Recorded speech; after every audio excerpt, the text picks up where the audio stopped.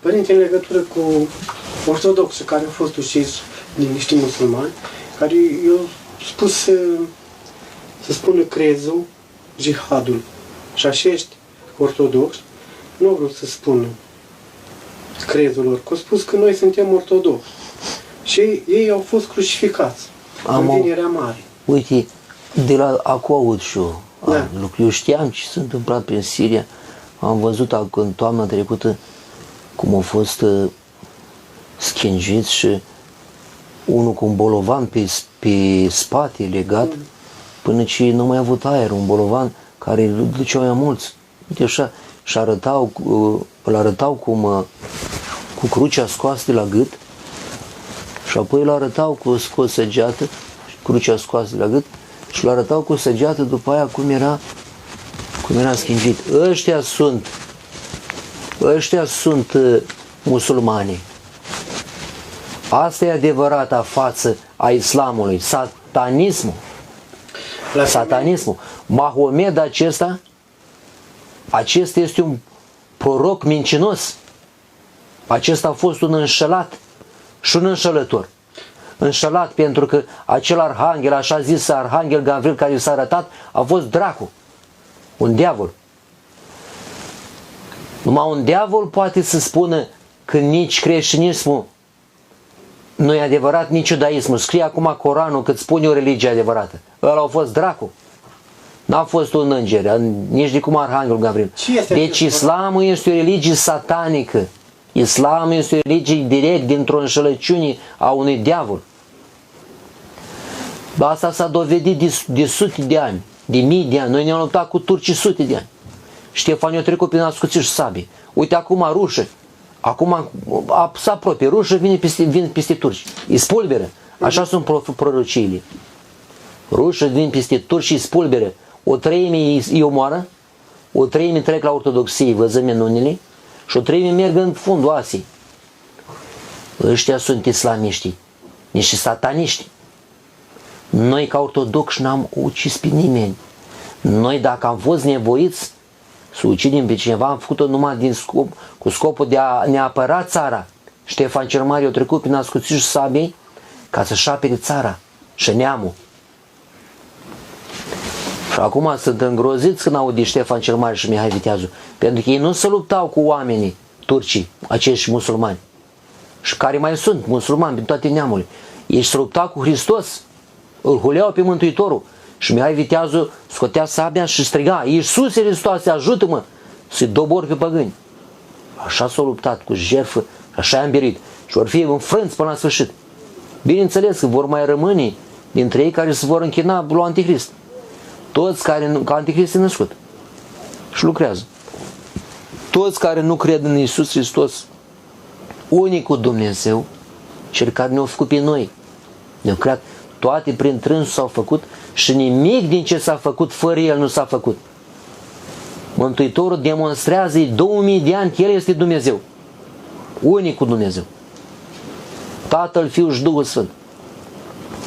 Demonstrează cu Sfânta Lumină, am mai spus în fiecare an. Pentru cine vrea să creadă, El nu forțează. Pentru cine se încăpățânează și mai ales pe cel care luptă împotriva lui, acela pierde în iadul cel veșnic. Și așa vor pieri toți musulmanii dacă nu se vor întoarce până într-un sfârșit la Hristos. Acei creștini sunt niște mucenici. Ăștia mucenici. Am auzit, li s-au smuls copiii și... Așa și au fost spânzurați de copaci cu cordonul umbilical de la... Aceștia sunt ultimii mucenici. Avem și noi aici în Paraclis tot o mucenică care acum urmează să fie îngropată mâine, maica prezbitera Adriana Calciu, soția mucenicului părintele Gheorghe Calciu. Ea l-a susținut în toată viața, nu s-a lepădat de el, nici de Hristos, și în toate chinurile și pătimirile l-a susținut. Și ultimii 3 ani au trăit la Vale, la Maici, la căminul de bătrâni. A murit pe 29 aprilie, exact de ziua Sfântului Mucenic Radu Gir. Și să văd semnele sfințeniei ei, și anume, A treia zi, astăzi, 2 mai, nu miroase deloc. Corpul este moale și cald. Ați văzut singur ce față frumoasă are. Vedeți prețul a fost chinuită grozav și de securitate și de demoni a fost chinuit. Ce avea această securitate cu ea? Securitatea voia ca prin ea să-l doboare. Dom'le, în spatele securității stă Satana, dom'le. Și să ne mai ascundem. Securitatea a fost creația sionismului. A evreilor sioniști. Ei peste tot au făcut securități care sunt. Nu numai în România. NKVD-ul, prima dată s-a numit NKVD-ul. Ăștia au fost creația evreilor, judani, care l-au ucis pe țarul Nicolae al II-lea. Au venit și la noi în țară. Securitatea ce voia? Voia să fie informatorul lor, să trădeze. Ce aveau cu Hristos? Cu Hristos. Cum? Vrășmași. Voiau să luptă împotriva Mântuitorului, inconștienți, turbați. Dar toți sunt în iad.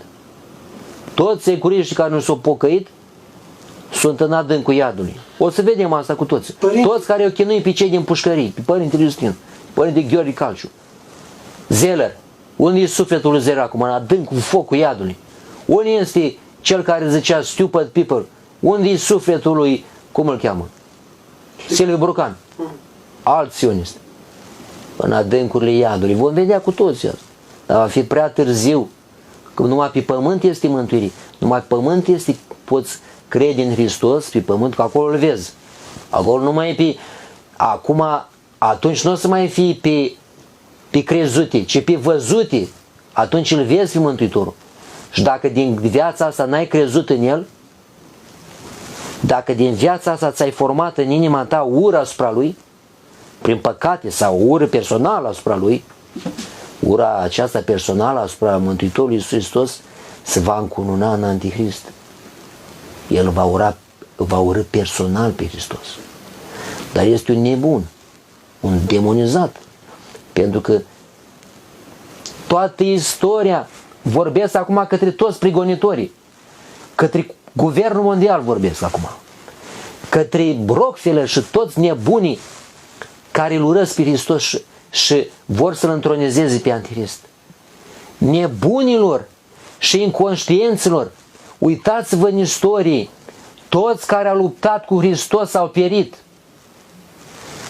Începând de la Ana și Caiafa, continuând cu toți împărații, continuând cu trădătorii din soldați care au primit bani și ca să zică că n-a înviat, ci că ucenicii l-au furat, continuând cu toți prigonitorii asupra Mântuitorului și apostolilor lui și a creștinilor. Toți împărații, cu Deciu, cu Dioclețian, toți nebuni împărați păgâni. Singurul dintre împărați care l-a cinstit a fost Sfântul Împărat Constantin și mama sa Elena. El este întocmai cu apostolii. Dar ești toți prigonitorii, toți tiranii, Hitler, Mussolini, toți nebunii ăștia, Ceaușescu. Ceaușescu l-a prigonit. Părintele Gheorghe Calciu, Ceaușescu l-a slumoare. Toți acești prigonitori, nebuni sunteți. Vă luptați cu Dumnezeu cel nevăzut, tembelilor. Voi vă luptați cu Dumnezeu care v-a creat. N-aveți niciun soț de izbândă în vecii vecilor. Lupta voastră este pierdută de la început. O să ne omorâți și pe noi. O să omorâți milioane. Și acum, și slugii lui Antichrist și în perioada lui Antichrist. Dar pe noi, Mântuitorul, voi ne veți omorâ, Mântuitorul ne va încununa. Ne va încununa. De ce nu vă reveniți în firii? După atâtea minuni câte s-au făcut, citiți, numai dacă citești din viața Sfântului Mare Mucenic Gheorghe, câte minuni i-au arătat lui Dioclețian în față. Eu învia morți, o travă atâtea, tot nu s-a întors, domnule. O căzut idolul când a mers în templul Idoresc și Sfântul Mare Mucenic Gheorghe a zis, tu ești Dumnezeu la care eu, Gheorghe, să mă închin? Nu o strigat demonii din idol. Noi suntem din duhurile cele căzute, care ispitim pe oameni. Dumnezeu tău e singurul Dumnezeu adevărat. Uite, mărturisirea demonilor din idoli. Nici așa nu a crezut Dioclețian. Nici așa nu vor crede acești conducători ai întregii lumi, ai guverne mondiali, sioniști, sataniști, bânai, bărit, tot, că este masoneria jdanilor. Toată masoneria, toți aceștia se vor întâlni față în față cu Hristos, dar nu știu, nu se știe dacă văd față către față. Că să știți că Părintele Iustin a zis, nu toți care ies suflet din trupul văd pe Mântuitorul. Ori nu trec de vânt. Stalin nu a trecut nicio vamă. Stalin a fost luat direct, sufletul lui Stalin a fost luat de mulțimea de demoni care le-au slujit toată viața, că s-au omorât milioane. A fost luat sufletul lui și dus direct în iad, nici nu l-au văzut Mântuitorul. Așa veți păți toți care pregoniți creștini. Nu vă pocăiți. Acum vă dați tot jihadul islamic, acum în această înșelăciune a acestui Mahomed, acestui nebun proroc mincinos, ne omorâți pe noi creștini, da? O să vedeți voi, moartea aceea pentru creștini este o cinstie, că se aseamnă morții Mântuitorului. Nu și ori fi rezistat până la urmă în moartea asta? O rezistat pentru că l-au crucificat. Mare lucru. Au spus că vreți, au spus, puneți crezul nostru, a musulmani, a jihadului. Crezul vostru este satanic. Și că nu, pentru că suntem ortodoxi. Bravo lor, ferici de... voi aveți pe Mântuitorul. Da, pe Mântuitorul Iisus Hristos, da. Vreți să muriți ca El? Dacă îngăduie El. Dacă îngăduie El. O să spuneți că vă crucificăm ca pe El, să muriți ca El. Faceți și vreți cu noi mărturisim crezul ortodox, ăla e singur adevărat demonstrat. Așa au spus și au fost crucificați. Ei, să ne așteptăm la... Noi am acceptat musulman, nici un catolic, n-am violentat pe nimeni. Nici un adventist, nici un papistaș nu a fost nici crucificat, nici violentat, nici pus și lăsat în treaba lui. Aici se dovedește lupta între cele două feluri de duhuri.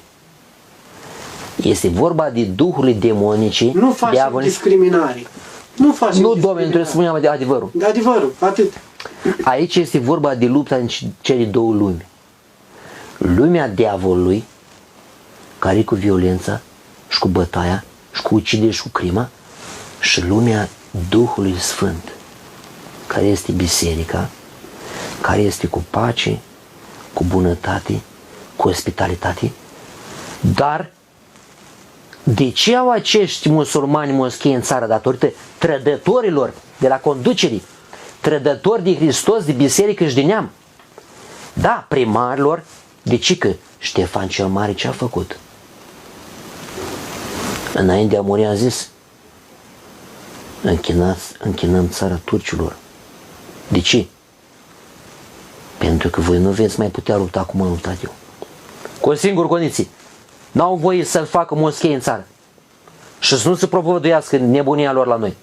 Că noi avem pe Hristos, singurul Dumnezeu. Asta a fost condiția lui Ștefan cel Mare. Și-a îndeplinit-o că s-o temut tot timpul turcii din noi. Dar acești trădători lasă să construiască moschei. Da. Păcat mare. Sunt moschei în București. Păcat mare, Domnule. Islamul este religia satanului. Mahomed a fost un înșelat. Mahomed este în adâncul iadului, că a dus mulți după el acolo. Și o să dovedească asta tot timpul. Toată istoria o să dovedească în continuu. În continuu, dar nu știți acel general turc care păzea la Sfântul Mormânt. Păzea, acolo se închide ușa la Sfântul Mormânt, se pecetuiește când vine Sfânta Lumină. Așa. Da. Acel general turc urca pe o scară, a văzut și el Sfânta Lumină. I-a dat Mântuitorul să vadă. Și a zis, Allah Iisus, ceea ce în limba lor înseamnă Dumnezeu Iisus. Da. Deci, mărturia unui general turc, Dumnezeu este Iisus și Iisus este Dumnezeu. Și eu tăia cap pe loc. Salbat și... Mă iertați să vă întrerup, părinte. Asta este... O bunică credincioasă din Humulești. Da. Avea niște nepoți. Fata ei s-a măritat cu un musulman. Ortodox fiind? Și ăla... Haideți să vă spun. Da. Bunica foarte credincioasă. Bunica i-a botezat din nici. Bunica o luptat ca ei să și ei botezați. Măi, fate, cred că e bunica matale. Botezează copiii. Cred că e bunica matale. Nu, nu. Da. O să botezează copiii. Așa. Botează. După un anumit timp, ani, eu botezat și la musulman. Eu tăit în Cine? Nu știu cum. Tațul. Stați-vă. Tăierea împrejur. Și mai... La un moment dat, a venit el acasă, la bunica. Da. Și a făcut părinți. Își fă și rugăciunea, cum și-o fac ei. Cine, musulmanul? Da. Și au făcut, odată icoanele jos de pe perete. Uite, Odată icoanele Și-a le-au tot acceptat cu fața în jos. și-a acceptat Nu a acceptat. bunica nu a sărit. Nu a acceptat. Dați afară. Băi băiete, și faci. Și faci tu aici. Roagă-te în felul tău. Nu, la diavolul să rog eu. Nu. Lasă icoanele pe... Deși credeți că odată icoanele jos de pe perete. Păi dar nu-l suportă sfințenia dracu din trânsul, domnule. De-aia, domnule. Deci le-au întors cu fața în jos. Păi asta el nu suportă. Uite, eu am fost în Betlehem. Și într-o dimineață, la micul dejun, la masă, la noi a fost un turc. Un turc destul de spicluit. Părea vreo 50 ceva de ani. Și am început să vorbesc cu el. Și mi-am făcut crucii. Și am zis, dar ești creștin? Și că nu, musulman. Și am spus în față, Mahomed în iad. Așa. Domnule, s-a sculat turcul și a plecat la mine. A plecat. Da. I-am spus un adevăr, domnule. Mahomed este în iad. De ce? Pentru că a fost și înșelat și înșelător. Și el înșelat pentru el, de acel diavol care s-a arătat în chipul Sfântul Arhanghel Gabriel. Că acum mai este o problemă, să știți că mai este cu ecumenismul ăsta, chiar prin facultăți de teologie sunt unii preoți care învață erezii. Și anume că și musulmanii și noi avem același Dumnezeu. N-are cum, domne. Nu există împărtășiri între lumină și întuneric. Nu a fost de la început așa. Sfinții Părinți nu au lăsat musulmanii la un loc cu catolici. Deși Sfinții Părinți nu au făcut așa ceva. Doamne, Sfinții Părinți au mers la jertfă. Sfinții Părinți, uite, Sfântul Grigorie Palama a fost răpit de musulmani. Sfântul Grigorie Palama. Turci. Și el acolo le-a spus clar. Bine, el cunoștea și Vechiul Testament și psaltirea și le-a spus foarte, cunoștea și înșelăciunea lor. Și le-a spus foarte clar, de toată religia lor este o înșelăciune. Este de la diavol. Și Coranul ăsta, Coranul este o blasfemie, domnule. Și o blăstămăție. Eu nu m-am uitat așa, da? Dar uite că papa, ăsta pe care l-a beatificat acum, Ioan Paul al nu știu câtelea, al câtelea au fost. Da, nu știu, că eu nu mă uit. Deci au fost acum arătat la televizor beatificarea 2 papi. Dom'le, aceste beatificări sunt... Atât am auzit, când o dat să-l facă sfânt, sau și să facă, o căzut o crușii. O căzut crușea, când este un tânăr de 19 ani, deci în momentul când să-l facă sfânt, chiar asta am discutat aseară, am discutat cu un coleg. Dar n-am știut de asta. Nici eu n-am știut. Eu n-am știut. Dar o cruce era mare? Da, o scrie, de pe acolo din Italia, aia da. O căzut peste un tânăr? Așa. Și o zis că o dat să-l sfințească, deci 2 chestii s-au întâmplat. O căzut crucea peste un tânăr și l-a omorât? Și a omorât tânărul. Oi de mine, omă. Deci când o dat să-ți facă sfinți pe papă, pe cine așa. Și a doua chestie, steagul României, steagul României s-a oprit pe capul papei. Cum adică s-a oprit pe capul papei? Pe capul, un steag al României, o scovinit, uite așa, cum ne-a chicanit asta așa în cap. Deci, cu noi va avea de furcă papa. Că noi l-am dat în veleag. Noi îi spunem adevărul despre el, cu noi va avea de furcă mare. Majoritatea televiziunilor, nu dau nume, adică acum nu se dă bine. Așa. Nu știu. Ca asta e un semn bun, că steagul României i-a căzut pe capul papii. Îți spun eu și ce semn e asta? Cu noi va avea de furcă. Cu noi nu-i merge. Acestui papă Francis îi spunem dinainte, nu-i merge cu noi. Deci s-a întâmplat de ce? Că el este, l-am dat în veleag de la părintele Elpid din Rodos. El este înainte mergător la Antichrist. Și România va avea de furcă. Ne va omorâ, poate. Dar noi îl vom birui prin moarte, prin cruce. Îl vom birui. Și el se va duce în iad, unde este locul lui de înșelător. Dom'le, papi, au fost și papi sfinți. Papi au fost, uite, Papa Martin, de exemplu. În timpul Sfântul Maxim Mărturisitorul a fost singurul arhiereu, episcop, Papa Martin. al Romei, care a mărturisit adevărul despre cele două fire ale Mântuitorului Iisus Hristos, dumnezeiască și omenească, împotriva ereziei monotelitic. Acest papă, împreună cu Sfântul Maxim Mărturisitorul, este rândul Sfinților, dar era la anul 622, prin preajma anilor ălora. 622, atunci a murit Sfântul Maxim Mărturisitorul. Încă era una biserica, încă era biserica nedespărțită, și acum este una biserica. Dar atunci apusul era încă ortodox, atunci răsăritul era eretic, cu patriarhii Serghie și Pir, care au fost împotriva erezia monotelită, care au fost împotriva Sfântului Maxim Mărturisitorul. Atunci Constantinopol a fost în erezie. Acum și Constantinopolul și Roma sunt în erezie. De ce? Constantinopol este, prin patriarhul ăsta Bartolomeu, este în erezia ecumenistă, care zice că toți au același Dumnezeu.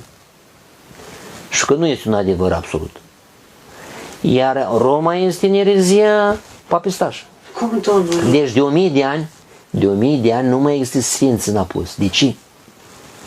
Că Sfântul Fotie a dat anatema și toți sfinții părinți de după el au dat anatemei papismul. Pentru că papa, și atunci ei nu mai au sfinți de la 1054, gata cu sfinți la ei. Ei n-au nici aghiazmă. Dacă tu nu poți sfința apa, Da. că s-a dovedit la anul 1600, s-a dovedit asta de către Mihai Viteazul. S-a dovedit că cardinalii și preoții catolici din Alba Iulia n-au putut sfințească apa, ci s-au împuțit aghiazma lor. Deci, încă de la 1600, de aia e mare Mihai Viteazul. Și de aia l-a omorât. Papa l-a chemat, de 5 scrisori i-a trimis papa lui Mihai Viteazul. Nu se știe în istorie cine l-a omorât Mihai Viteazul. L-a omorât generalul Basta, dar din ordinul secret al papei. Papa i-a dat ordinul Basta să-l omoare. De ce? Că Mihai Viteazul era cel mai puternic om, cel mai puternic voievod din vremea lui. El a fost singurul care a ținut piept turcilor. El avea de gând să elibereze Constantinopolul sub turci și locurile sfinte. Turcii deja își făceau bagaj din Constantinopol și aveau de gând să plece. Și vreau să încheie pace cu Mihai Viteazul. Da, Mihai Viteazul a avut, Dumnezeu să merte, a avut greșeala următoare. El de ce a pierdut lupta de la Mirăslău cu catolici? Pentru că a pornit-o cu următorul gând. Un gând înșelător. Nu pot să vărs chiar așa ușor sânge creștin. Dă-l nu era sânge creștin, era sânge de eretici. De fapt, el i-a și scris, din 5 scrisori a trimis papa lui Mihai Viteazul ca să treacă la catolici. Catolicism. O să vă spun despre cuvântul catolicism, ce înseamnă el într-adevăr. Ei, și atunci el a refuzat și a spus papei, tu să treci la ortodoxie, la dreaptă credință, că ești în erezie și în schismă. Și atunci o trimis pe Basta și l-a omorât. Cum l-a omorât? Ei, dar Mihai Viteazul a dovedit la Alba Iulia mare minune, cu episcopul Ioan de la Prislop.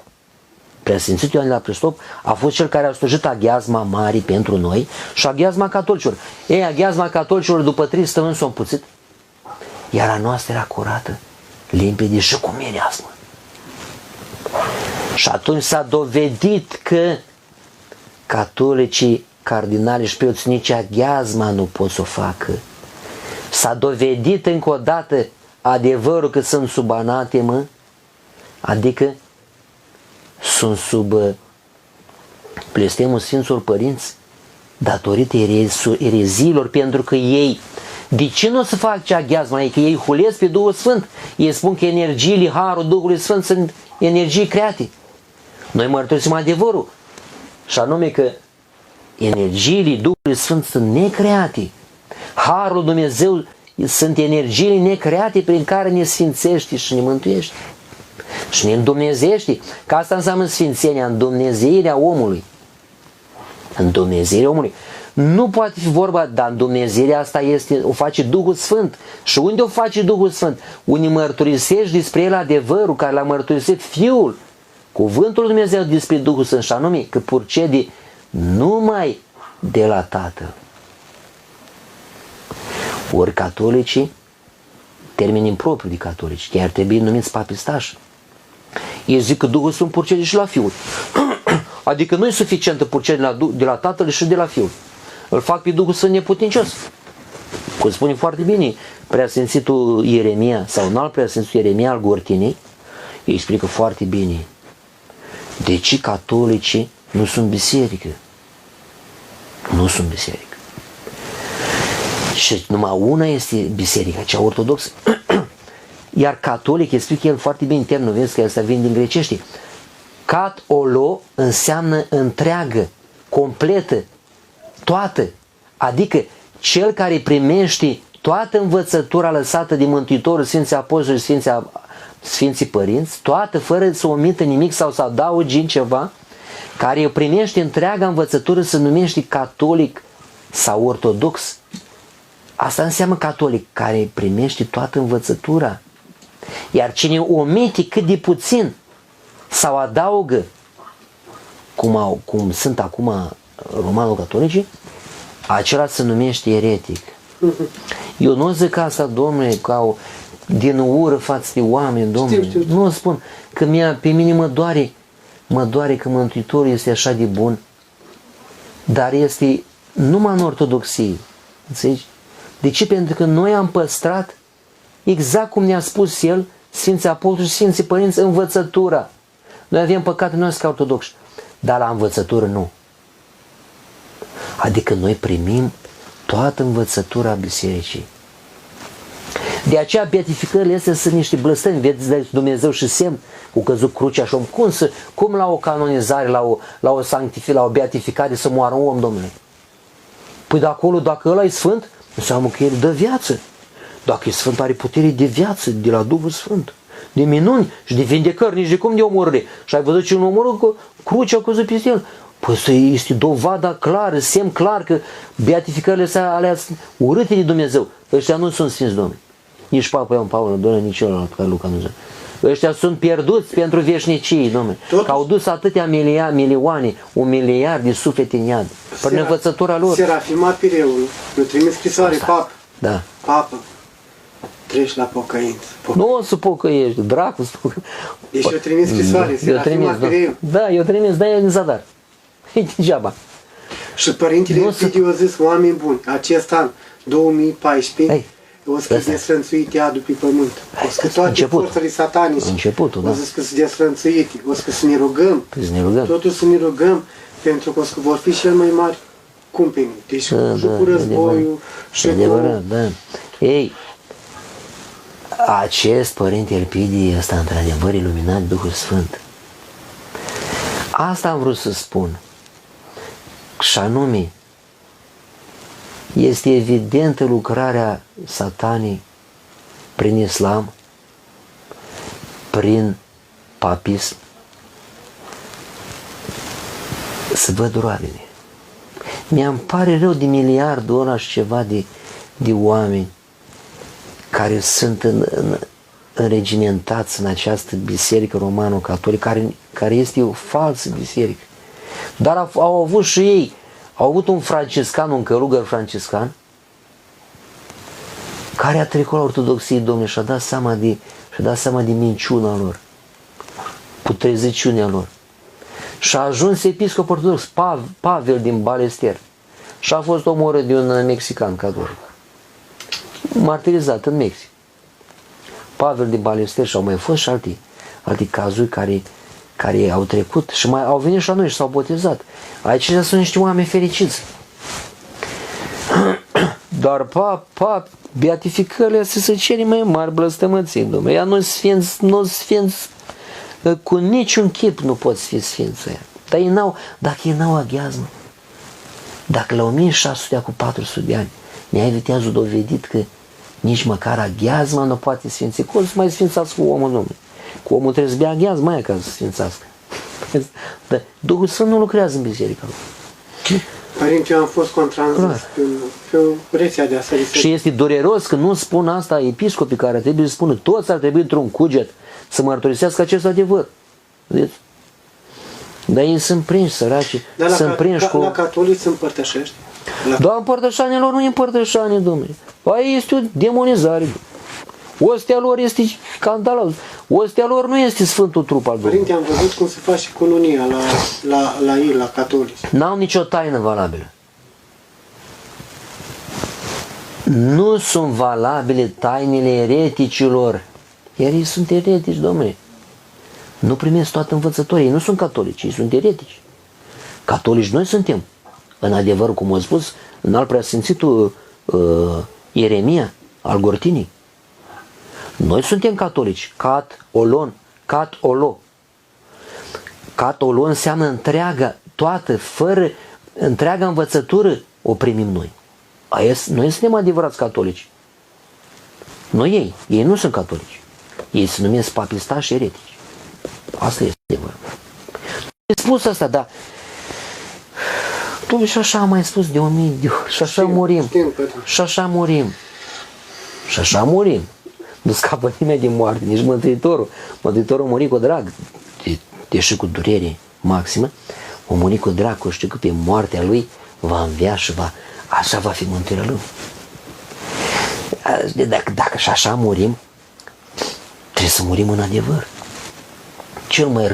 Cel mai rău lucru să te simți strădător, domnule. Cel mai rău și mai cumplit lucru să te simți strădător. Ferească Dumnezeu pe toată lumea, domnule. Trădările de credință cum se mai spală? Două păcate nu se curăță nici pe mucenicie. Să luăm aminte. Două păcate nu se curăță nici pe mucenicie. Schisma și erezia. Schisma, slătioară. Slătioară. Stilul vechi. Slătioara nu sunt Ierusalimul, stilul vechi, nici Moscova, nici Rusia, nici Serbia. Cu stilul vechi, el este stilul vechi bun. Că au succesiune apostolică. Slătioara nu are succesiune apostolică. Deci ei sunt în schismă. Slătioara și erezia. Acestea nu se pot nici prin vărsarea sângelui spăla. Erezia este ecumenism. Ecumenismul. În momentul în care tu, ca episcop ortodox, dai voie la căsătorii mixte, împărtășești catolici, pe catolicul care vine la tine nu-l botezi, ci numai îi faci mirungere. Păcat mare, îl lipsești de Sfântul Botez. Păcatul extraordinar. În momentul ăla te duci la întâlniri în care te rogi împreună cu eretici. Te duci la întâlniri în care nu spui că unicul adevăr absolut este Iisus Hristos, care este ortodox, cum spune Părintele Sfânt Papajoc. Domnul Iisus Hristos este ortodox. De ce? Cinstește drept pe Tatăl și pe Duhul Sfânt. Iisus Hristos cinstește drept și pe Tatăl și pe Duhul Sfânt. Cum? Mărturisește adevărul despre Tatăl, că Tatăl lui din veșnicie, și mărturisește adevărul și pe Duhul Sfânt. Ipostasul al treilea Sfintei Treimi, că procede numai de la Tatăl. În vecii vecilor. Ăsta este adevărul demonstrat, domnule, este demonstrat prin minuni la Sfintele Sinode. Sinodul 2 ecumenic. Dumnezeirea Duhului Sfânt. Sinodul făcut de Sfinții Părinți, Episcopi, aceea din timpul cu Sfântul Grigore Palama, Sinodul Sfântului Grigore Palama. Cum adică? În care spune despre Dumnezeirea omului. În care spune că energiile, Harul Dumnezeu sunt energiile necreate ale Duhului Sfânt. Și numai prin acestea, numai prin acest har, are loc în Dumnezeu, plus obligativitatea, nu care vrea și care nu, a rugăciunii. Doamne Iisuse Hristoase, Fiul lui Dumnezeu, miluiește pe mine păcătos. Aici este vorba despre procesul din dumnezeire prin această rugăciune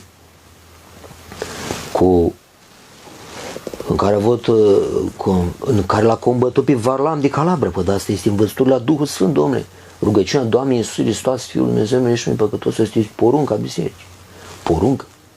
Tot creștinul are datoria să spună neîncetat: Doamne Iisuse Hristoase, Fiul lui Dumnezeu, miluiește-mă pe mine păcătosul. Și prin asta este în Dumnezeirea omului.